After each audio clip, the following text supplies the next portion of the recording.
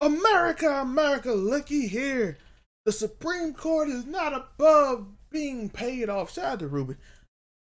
But as we know, anyone can be paid off. Even the people who has a lifetime job as long as they want it, complete power to control many facets of our life. We have Judge Clarence Thomas, our first black judges, first black on the Supreme Court, and he's in some trouble. Not really trouble because he's at such a high position, it don't matter, right? He can just do whatever. Because if it can happen to them, it can happen to us. Stupid statement, right? That is the dumbest statement I've ever heard. Of course, if it can happen to them, it can happen to you. Who are you? Who are us? These people literally have ridiculous amount of power in the most powerful country in the world. It remains unclear what, if anything, ProPublica's expose on Clarence Thomas' relationship with conservative billionaire donor Harlon Crow will mean for the Supreme Court justice or the court itself.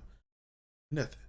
Thomas reportedly accepted one trip from Crow among many that would have cost $500,000 if he had paid it for himself. But for the second time in the year, polling indicates that Americans see something objectionable in what Thomas has done and are concerned about the lines between his jurisprudence and his personal life. New survey out Wednesday from the Economist and YouGov find that the public broadly disagrees with Thomas's choice to accept luxury trip without disclosing them. Nearly 6 in 10 disapprove, including 42% strongly, while only about a quarter improve. Of course they don't. Clearly taking bribes from millionaires and billionaires. It's the thing Republicans accuse Democrats of doing with George Soros. The thing that every politician trying to accuse everyone, except he got caught. I'm gonna let y'all read this as we go. The poll cites the conservative justice by name, and even Republicans are more likely to disapprove. 4 in 10 than approve, which is 3 in 10 of Thomas' conduct. Even Republicans know something wrong with it. If this man can be bought out, he can always be bought. That's always dangerous. Once you find something like this, it's dangerous. Americans are somewhat less convinced that Thomas broke a law. I don't think he broke a law. But the scary thing is he has a lifetime appointment. He can keep doing this, and there seems not to be a way to get him out. Maybe it's time to check on these laws. Maybe it's the time. Let's see. Hold up. Let's see. I might be wrong. I'm reading this as we go. As for whether he did, breaking the law, of course, judges are prohibited from accepting gifts from anyone with business before the court, with an exception for personal hospitality. Thomas has cited the fact that Crow did not personally have a case reach the Supreme Court. Through critics note there have been cases that logically would have had an impact on Crow's business. Thomas also said he was advised that the luxury trip qualified for personal hospitality exemption because Crow is a friend. No, he didn't know who Crow was before he was a judge.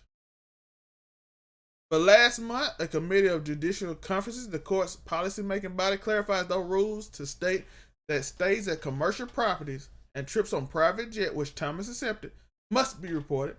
Thomas said in the statement, "It is, of course, my intent to follow the guidance in the future." And he's going to keep doing it. He's just going to report it. Meaning that you can buy all these judges off. Meaning that the people told him that he can do this. It's fine. Meaning they are not above reproach. That means they are very viable to everybody. I don't know who thought they weren't, but just in case you did, this proves it. Most Americans find this disturbing, right? Don't you? Is it not weird that your judge can be bought off? Or is it just like this fake thing where the judge can be bought off only if it's in my favor of things I like? If that's the case, you don't really want a democracy. You want a world that agree with you. That's a dangerous precedent. Because who decides the rules? What if one day you in charge and you decide a rule and you harm people, then the next 20 years they in charge, all of a sudden they're going to get their retaliation on you.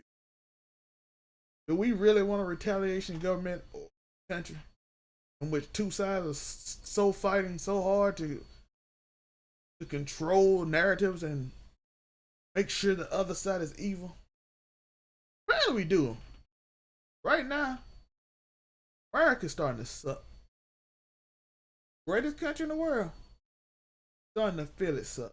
Let me know in your comments and all. Let me know what you think. I can subscribe, all that stuff. I do appreciate y'all. Hit that follow button if you don't kick or nothing else. Ruby?